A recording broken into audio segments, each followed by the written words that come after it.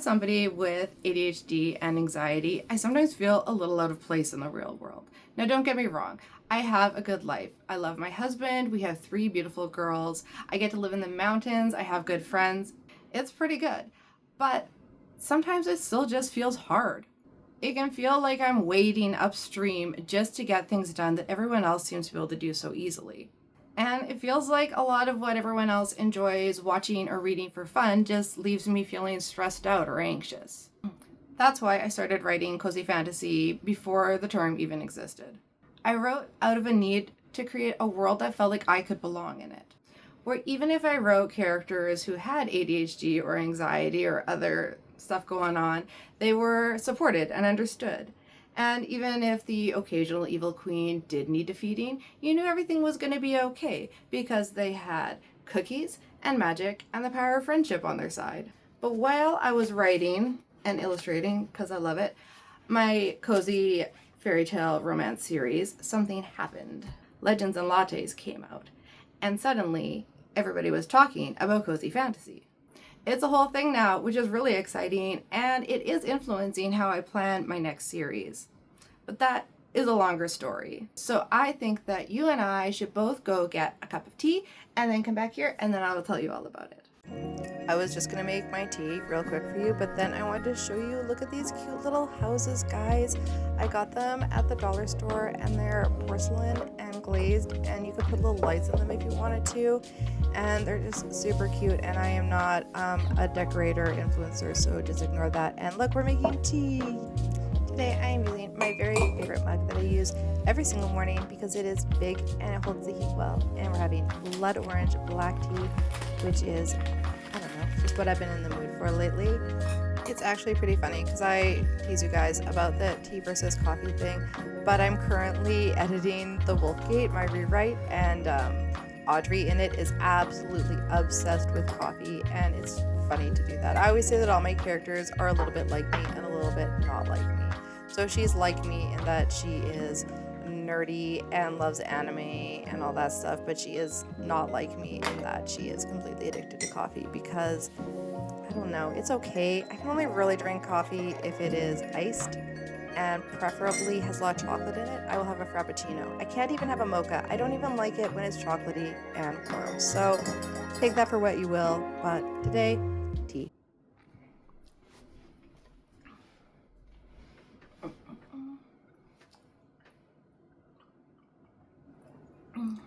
Yeah, that's better.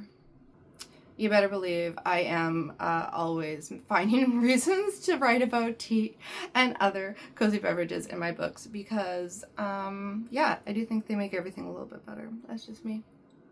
I'm also hoping that my feet on this bed are not wiggling my camera too much because I am fidgety, but I do my best. If it gets wiggly, I'm sorry. I'm sorry. I get excited when I talk about cozy fantasy and I don't like it when my legs dangle.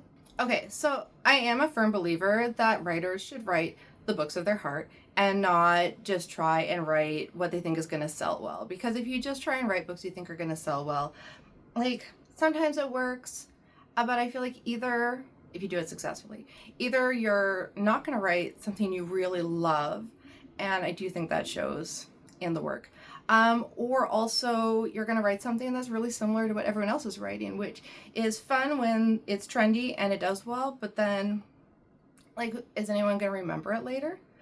I don't write fast enough to write trendy, so I'm not trying to look at what readers want and be like, I'm going to write this exact book that is going to be like the trendiest, most marketable book ever and make me all this money, because I only put out like a book a year on a good year. Fingers crossed that this next couple of years are going to be good years. So I can't just be writing to market all the time. If you're not a reader, if you're a reader and not a writer, you might not know that term, writing to market, but it pretty much just means trying to write a book that is trendy and marketable, you know. That said, I am still really inspired by the other cozy fantasy books I've read, and I'm really interested to see what seems to be resonating with readers, and see if those same things resonate with me. It has been a little bit of a thing because I'm realizing that there's so many opinions on cozy fantasy. And I did talk about this a bit with my friend Valia recently, and I have another one planned coming up. But a lot of things can be considered cozy as long as they make you feel cozy.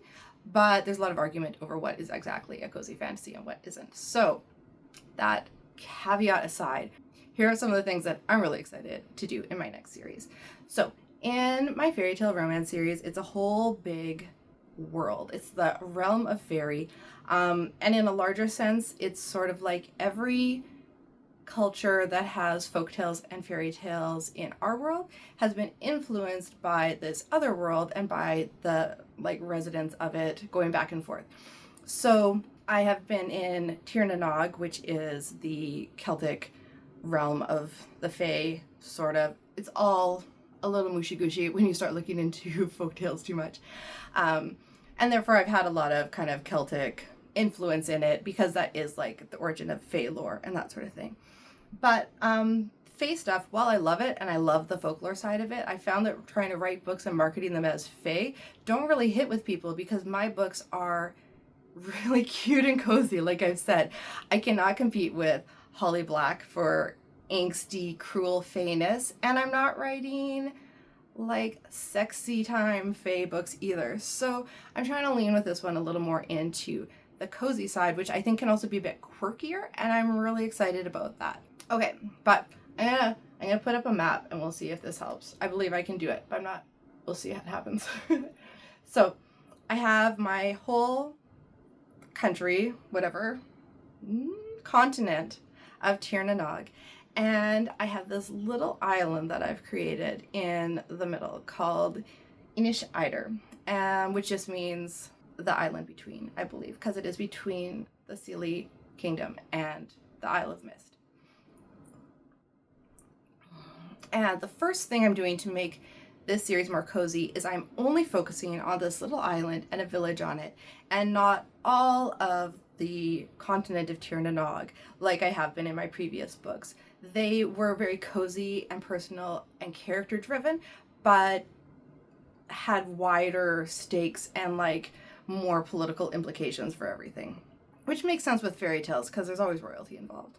But for this, we're going for a village. A lot of people have been asking specifically when I've looked on Reddit or like in Facebook group posts, a lot of people are like, oh, I just want a cute little village. And I had already been thinking about that. So I was like, me too. I think you can do it with like a city that has a little section, or, you know, even a cabin in the woods could be pretty cozy. But I love the idea of a cute little village with fun, quirky side characters and all the little businesses. And you can have like your little shop underneath and you can live above it and bake cookies. And doesn't that sound fun? Don't you want to do that? I really want to do that. But I also think that bringing it down to just one little place like that, like I get to go deeper into it and really create like a cozy little place that you really want to be in. So I'm excited about that, the little village aspect of it. Also really leaning into seasonality because I think that is something that makes me personally feel very cozy.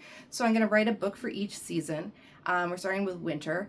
And I just want to enjoy like the holidays of the season and also all the vibes that make you feel happy. So for winter, we're leaning into hot drinks and fluffy snow and like little fractals of ice on the windows and all the cute winter things. Cozy blankets and soup and how bright the stars are. And I didn't get a very good winter this year, so it's also inspiring me just to write the winter I wish I had. Third thing, I should have a list. That would be helpful. Third thing is quirkier characters and creatures. So I'm not writing like monster romance because I feel like that does better with sexy romance than with romance that I want my teenagers to be able to read with me. But I don't think that everybody needs to be quite as human or just like human with pointy ears. When you're writing cozy fantasy, I think that readers enjoy going a little bit quirkier with this. And this is something that I've seen, I feel like the vibes I'm going for are often seen more in like web comics or things like that. Just like no explanation, but somebody has ears or a tail or random stuff. So I'm hoping to work that kind of vibe. In my first book, I'm going with a crow shifter and a magpie shifter. So my crow shifter is a Tengu from like Japanese folklore who ends up on my little island for reasons that will become clear in chapter 1, actually. And then my magpie shifter is an ex-thief who's trying to raise his little sister in this cute little village and also keep her from like stealing everything shiny because they're magpies. So they are going to look kind of like basic, humans with pointy ears, but I'm going for things like iridescent hair, and maybe you can half shift sometimes. We could end up with like some feathers in the hair, or just getting wings, or maybe talons if it's handy. I don't know.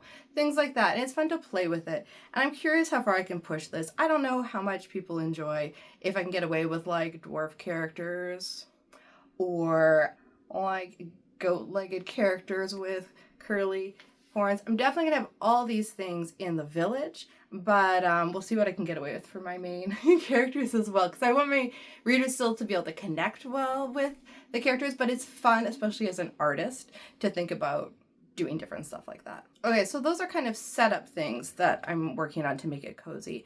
But then there's like also plot things that I think make it cozy. And this is kind of funny because I did not come up with the coziest setup for book 1.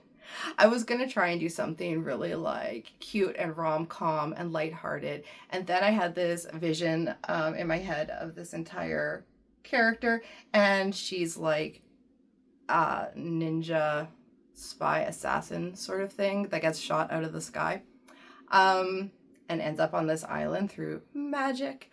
But it's not very cozy. And then I was like, oh yeah, and what if he is raising his sister, but they're like hiding on this island because maybe her clan killed his mother and he had to run away with the sister for reasons. And I was like, this is not very cozy either. But what is cozy about that is that you can come from a background of having some trauma and some issues. Makes my problem seem less important. And get to sink into having the safety and the goodness and the friendships that are so healing. And I love that aspect of cozy fantasy books, when the characters do have those wounds inside and they learn that they need others and that it's okay for them to relax and to enjoy things in life, and that like discovery of who they could be in a setting that really supports them. For me, that's really special. So it's funny because I'm like, ooh, it's not a very cozy setup. But that not so cozy setup, I think, then leads to what I love in a truly cozy vibe. I want to have found family. I want my little village to be something that's welcoming and accepting and makes the people feel like they can just be a part of something and feel safe there. I love the idea of rediscovering who you could be if you had a fresh start and everyone supporting you, which is really what it's going to be for my, for both of them, really. They're coming from different backgrounds and they're going to learn like who they really want to be and what they can bring to the world other than what they've always been told that they're about. Which brings us back, I guess, to my neurodivergence and anxiety and stuff like that. Again, I feel like there's going to be some strong themes of like, who are you if you're not masking? And if you had the support you needed, which is deeper than I sometimes think I'm going to get. And then, yeah, I'm going to try not to cry about it. So that's just a little introduction. My series is going to be called Misthaven. I can't tell you what the first book is called yet because I'm releasing it as part of a multi-author release. It's not connected to their books. We just have a similar theme, so we're all promoting them together, that are coming out in the wintertime of like December 2026 and January 2027.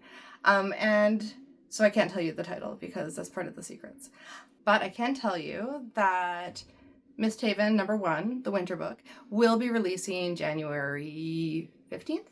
15th or 17th? I think it's 15th. And that if you're interested, you think it's fun, I am sharing all this stuff on my Patreon while I release it. So every week I'm putting up a new chapter. We got 3 chapters so far. So we've got Mirka, my Tengu, falling from the sky and reconsidering her life choices. We have Kalen, my magpie shifter, setting up wards around the island because he's a wards keeper and candle crafter, and finding her and being like, This looks like more trouble than I want to deal with today, but I guess I can't leave her here. And then her waking up to the chaotic small child who wants to be her friend, and him being like, no, which was pretty fun to write. So that's what I got so far. But by the time you watch this, there should be at least one more chapter up, and I'm going to be releasing them every week as I write them until the book is done. So that's pretty cool. Also, at some of the lower tiers, I'm sharing more about my planning. I'll make some more videos as we go, but I've already shared stuff about the island and the village and the characters, and I'm sharing more of that stuff as I plan, because it's really fun for me to get everybody's feedback and to hear your guys' excitement. It helps me to be excited about it too, and I just am so excited that I love to share things. So you can find that all at patreon.com/HannahSandvig. Yeah. So how was that for a wrap up and a call to action? Yes, I'm getting so good at YouTube, except for I forgot to introduce myself at the beginning. Hi, I'm Hannah Sandvig, and I write and illustrate cozy fantasy novels. Nailed it. So good. If you enjoyed this video and you'd like to follow along with my adventure as I'm writing this new cozy fantasy series, be sure to subscribe and like so that YouTube remembers to send you more videos and you can see them when they come out. Thank you so much to everyone who has subscribed already, and leave comments because it makes me feel not so alone in the world as a brand new YouTube creator. Thank you. And if you have any questions about this new world I'm creating, leave them in the comments and I'll try and answer them in my next video. All right.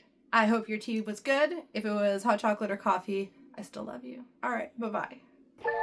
I just recorded my whole intro with glasses on and the glare is crazy. So now I'm going to try it again. Half blind. No, it's fine. I'm not that blind. It'll be good. It'll be fine.